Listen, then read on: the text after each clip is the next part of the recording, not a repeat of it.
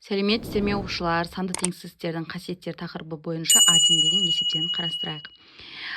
874-ші есепте дәптерге координаталық түзу сызып, оның бойынан а және минус в сынды сандарын кескіндеңдер деген. Дәл сол бойынша кескіндеп, бірінші, екінші, үшінші, төртінші есептерді шығаратын боламыз. Бұл жерде біз сандарды салыстырамыз. Минус б әрқашанда адан кіші болады. 2а әрқашанда адан үлкен болады. Үшінші, минус а теріс сан, яғни адан әрқашанда оң саннан кіші болады. В мен 2а бір-біріне тең болады деген. Келесі есепте, 875-ші есепте бізге мына теңсіздіктің бойынан плюс 5-ті, 4-ті, минус 2-ні, минус 6-ны қосып азайтыңдар деген. Енді бұл есепте, бұл жерде мына теңсіздік бойынан екі жақ бөлігіне де плюс 5-ті қосып есептеп 13 пен 18 шығады. Дәл солай плюс 4-ті екі жақ бөлігіне де қосып есептестер. Одан кейін 12-де 17 шығады. Екі жақ бөлігіне де минус 2-ні азайтасыздар. Екі жақ бөлігіне де минус 6-ны азайтасыздар. Ал екінші шартында бізге 18-ден үлкене 6.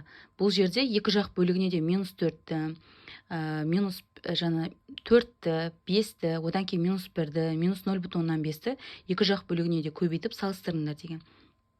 Дәл солай көбейтіп аласыздар. Одан кейін 72 24-тен үлкен, 90 30-дан үлкен, минус 18 минус 6-тан кіші, минус 9 минус 3-тен кіші. Үшінші шартында бізде 24 12-ден үлкен болып тұр бұл жерде. Бұл жерде екі жақ бөлігіне де 2-ден 1-ді, 4-тен 1-ді, 3-тен 1-ді көбейтіндер деген. Бұл жерде бұл сандар 24 пен 2 бір-бірімен қысқаратын болғандықтан бұл есепте қысқарылады.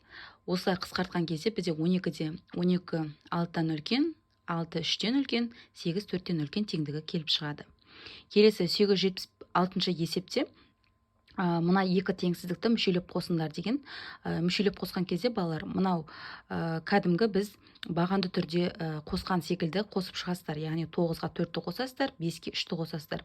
Яғни 8 13-тен кіші болып тұр. Екінші есепте де дәл солай 1-ге 1-ді қосасыздар, 3-ке 5-ті қосасыздар, яғни 8 2-ден үлкен болып тұр. Үшінші есепте де 7-ге 3-ті қосасыздар, 4-ке 2-ні қосасыздар, 6 10-нан кіші. Келесі 4,2-ге 5-ті қосасыздар, 3-ке минус 1-ді қосасыздар. Екеуін қоссаңыздар 9,2 болады. Мына жерде таңбалар ережесі плюс пен минусты бергендіктен азайтылып кетеді. Екінші есепте де бесінші есепте де дәл сондай 0,5-ге 4-ті қосасыздар, 4,3, 1,2-ге 5-ті қосасыздар, 6,2. Бұл жерде 6,2 4,3-тен үлкен болып тұр.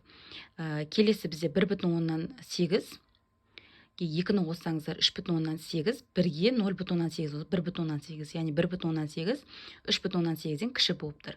Келесі 877-ші есепте бізде сандарды мүшелеп, теңсіздіктерді мүшелеп көбейтіңдер деген. Бұл жерде көбейтетін болсақ, 7-ге 4-ті көбейтсеңіздер 28, 5-ке 1-ді көбейтсеңіздер 5 болады. 5-ке 2-ні көбейтсеңіздер 10, 9-ға 4-ті көбейтсеңіздер 36. 0,5-ге 4-ті көбейтсеңіздер 2, 3-ке 5-ті көбейтсеңіздер 15 болады. 6-ға 7-ні көбейтсеңіздер 42, 4-ке 2-ні көбейтсеңіздер 18 болады. 9-ға 3-ті көбейтсеңіздер 27, 12-ке 5-ті көбейтсеңіздер 60, 8-ге 6-ны көбейтсеңіздер 48, 3-ке 2-ні көбейтсеңіздер 6 болады. Осылай бізде теңсіздіктеріміз орындалады екен.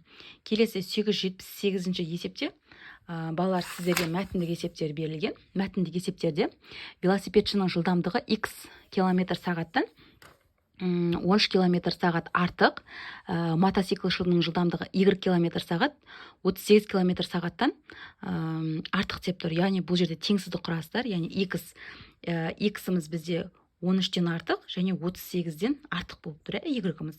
Енді бұл жерде қосамыз, екеуін қоссақ бағанды түрде x плюс y 13-ке 38-ді қоссақ бізде 51 шығады. Яғни бізге сұрап тұр, олар 1 сағат өткеннен соң бір-бірімен қанша километр қашықтықта болатын дәлелдеңдер деген. Бұл жерде 51 қашықтықта болады екен, бір-бірімен ара қашықтықта болады екен балалар.